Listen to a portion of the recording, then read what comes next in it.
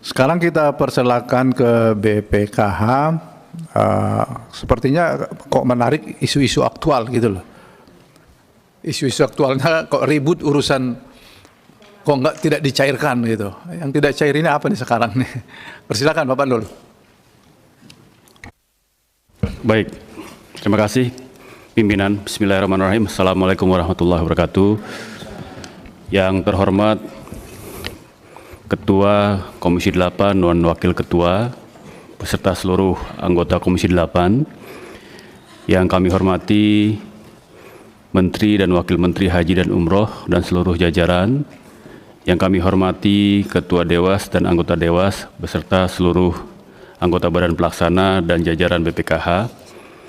Izinkan kami menyampaikan paparan mengenai kinerja keuangan Badan Pengelola Keuangan Haji periode Januari sampai dengan Desember 2025 sebagai bentuk akuntabilitas pengelolaan keuangan haji serta dukungan terhadap penyelenggaraan ibadah haji tahun 1447 Hijriah atau 2026 Masehi.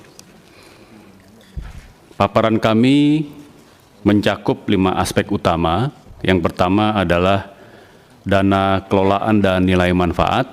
Yang kedua, rasio keuangan. Kemudian yang ketiga, historis dana kelolaan. Keempat, BPIH dan realisasi transfer tahun 1447 Hijriah atau 2026 Masehi. Dan yang terakhir, update progres pengembalian setoran BP khusus atau yang biasa disebut sebagai PK.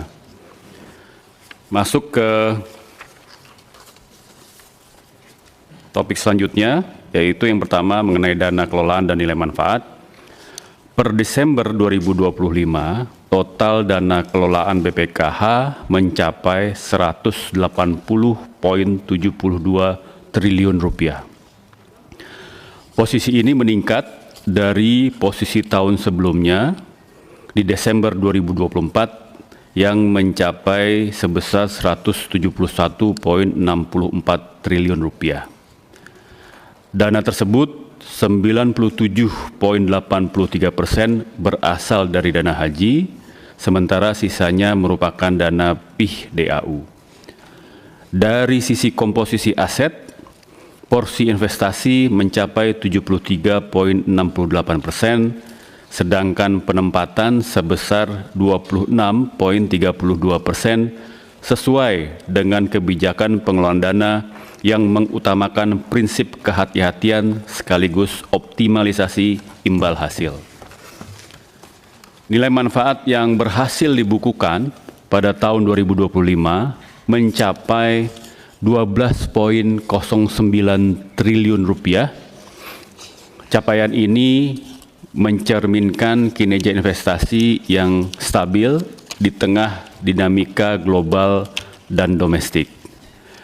Selanjutnya, dari sisi kesehatan keuangan, BPKH senantiasa menjaga rasio-rasio utama pada level yang aman dan sesuai dengan ketentuan dan regulasi, di mana likuiditas wajib berada pada level 2,47 kali biaya PIH, lebih tinggi dari batas minimal 2 kali biaya PIH. Artinya secara likuiditas, BPKH sanggup untuk membayar lebih dari 2 kali PIH jika diperlukan.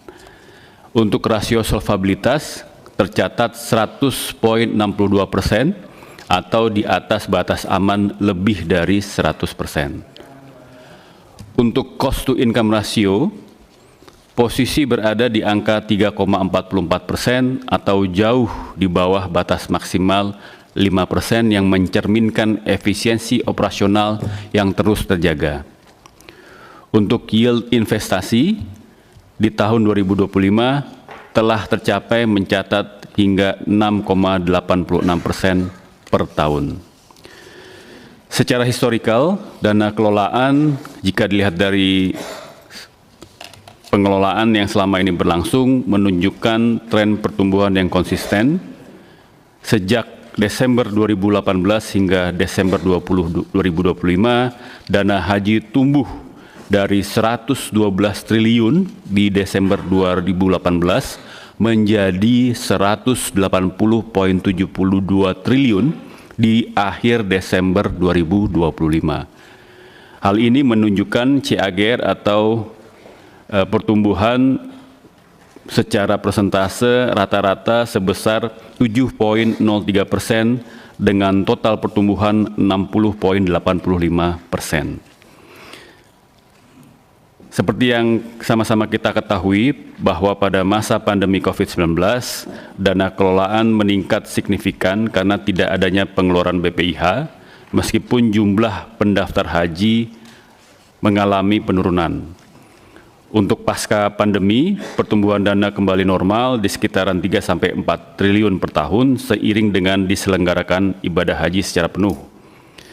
Kalau kita hitung secara rata-rata, yield on investment periode 2018 sampai dengan 2025 rata-rata sebesar angka 6,86% atau hampir menuju ke 7%, di mana hal ini menunjukkan konsistensi kinerja pengelolaan dana jangka menengah dan panjang. Untuk BPIH dan realisasi transfer 1447 Hijriah atau 2026 Masehi, untuk penyelenggaraan ibadah hajinya, BPKH telah melaksanakan transfer dana BPIH secara bertahap sesuai jadwal dan permintaan dari Kementerian Haji dan Umroh. Total BPIH yang harus ditransfer mencapai 18,21 triliun yang terdiri dari mata uang US dollar, Saudi Rial, dan Rupiah. Hingga Januari 2026, seluruh tahapan persiapan yang telah jatuh tempo telah dipenuhi 100% termasuk uang muka arf musnah dan tahap persiapan 1 dan 2. Adapun sisa dana yang belum ditransfer akan diselesaikan sesuai dengan jadwal hingga akhir Juli 2026 dengan tetap memperhatikan prinsip kehati-hatian dalam pengelolaan dana haji. Terakhir, untuk update progres pengembalian saldo setoran BPIH atau PK per tanggal 20 Januari 2026 pukul 7, proses pengembalian saldo setoran BPIH BP khusus menunjukkan total pengajuan dari Kementerian Haji sebesar 5.727 jamaah. Ini per 20 Januari. Sementara untuk per 21 sampai dengan jam 8 malam tadi tercatat sesuai dengan apa yang disampaikan oleh Pak Menteri, total pengajuan dari Kementerian Haji sebesar 6.001 jamaah, di mana 279 jamaah berkasnya masuk di jam 10 malam. Untuk yang telah berhasil ditransfer dan selesai berjumlah 3.613 jamaah, sisanya masih menunggu proses penerbitan SPM di internal BPKH dan proses di perbankan sambil menunggu konfirmasi penyelesaian transaksi dari perbankan. Oleh karena itu, BPKH terus berkoordinasi dengan perbankan dan Kementerian Haji dan Umroh untuk memastikan bahwa seluruh proses berjalan tepat waktu dan akuntabel. Demikian paparan kinerja keuangan BPKH tahun 2025 dan update mengenai isu terkini yang dapat kami sampaikan. Sekali lagi, BPKH ingin menegaskan bahwa kami berkomitmen untuk terus menjaga amanah dan pengelolaan keuangan haji, meningkatkan nilai manfaat, serta mendukung penyelenggaraan ibadah haji yang transparan, akuntabel, dan berkelanjutan. Selanjutnya kami mohon masukan dan arahan dari pimpinan dan anggota Komisi 8 untuk pengelolaan keuangan haji yang lebih baik. Demikian yang bisa kami sampaikan, kurang lebih ya mohon maaf. Wabillahi taufiq wal hidayah. Wassalamualaikum warahmatullahi wabarakatuh. Waalaikumsalam. Jadi kita sudah mendengarkan tadi progres dan ketersediaan. Ada yang menggembirakan tadi, Pak Menteri. Pokoknya di atas 2 kali lipat kebutuhan tersedia. Kewajiban undang-undang itu hanya 2 kali lipat kebutuhan pembiayaan haji. Ini di atasnya. Jadi kalau ada tiba-tiba tambahan kuota, masih ada duitnya. Jangan khawatir.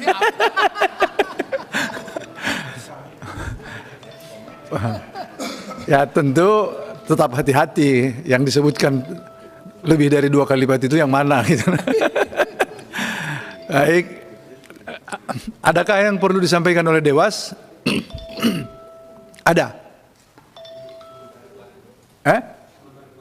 Oh iya, silakan. Ya. Ya. Sebentar, Rudian. Ya, Pak. Saya tanya yang pimpinan Dewas sekarang jenengan nih Pak ya? Pak Dewasnya mana? Masih siap kerja enggak? Ya, tolong sampaikan itu. Saya amati sudah beberapa kali nggak pernah ikut rapat loh. Dan Dewas itu yang memilih kita itu Komisi 8. Kalau dia sudah tidak sanggup kerja, bilang aja tidak sanggup kerja. Ini bukan rapat RT, Pak Menteri ada datang. Ya, Pak Fadul datang. Kalau rapat RT bolehlah, Bapak nggak usah nambahin, ya. Pimpinan, sedikit menambah Pak Wahid boleh? Belum. Nggak apa-apa. Sebentar aja. Ini juga untuk perhatian juga untuk Dewas, gitu kan? Cukup lah. Saya kira itu penjelasan sambil pendapat dari para anggota, termasuk yang akan disampaikan mengenai Dewas tadi itu. Dipersilakan kita mulai dari urut praksi.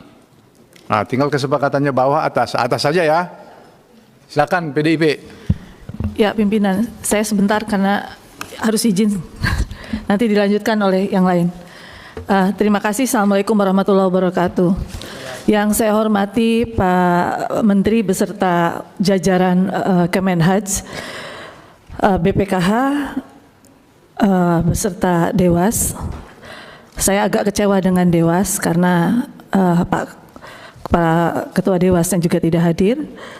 Saya mulai dari paling bawah, dari BPKH. Pak Fadlul menyampaikan optimisme tentang dana pengelolaan haji. Tetapi prinsip kehati-hatian itu tetap menjadi perhatian kita karena uang yang dikelola BPKH itu bukan uang kecil, tetapi uang jamaah yang diamanahkan kepada Bapak. DPR sedang melakukan perubahan regulasi Undang-Undang 34 tentang pengelolaan keuangan haji. Di situ juga kita sedang melihat struktur kelembagaan kaitan dengan BP dan Dewan Pengawas. Nah, kaitan dengan itu, saya agak confused dengan pernyataan Bapak.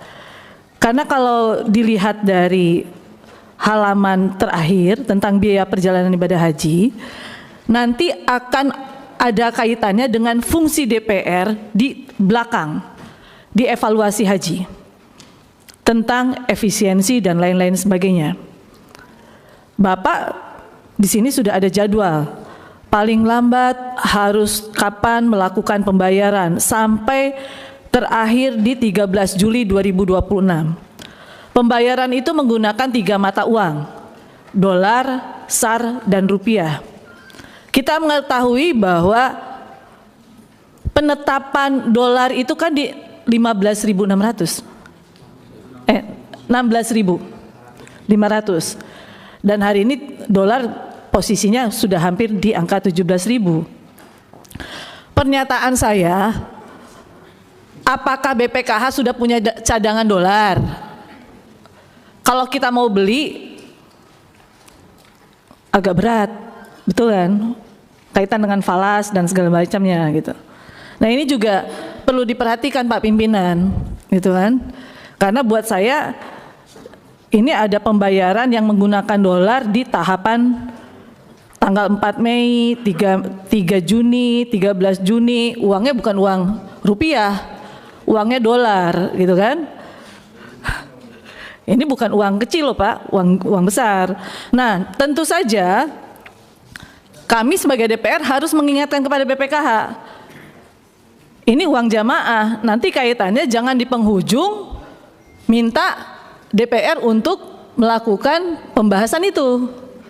Gitu kan? Tentang kekurangan uang.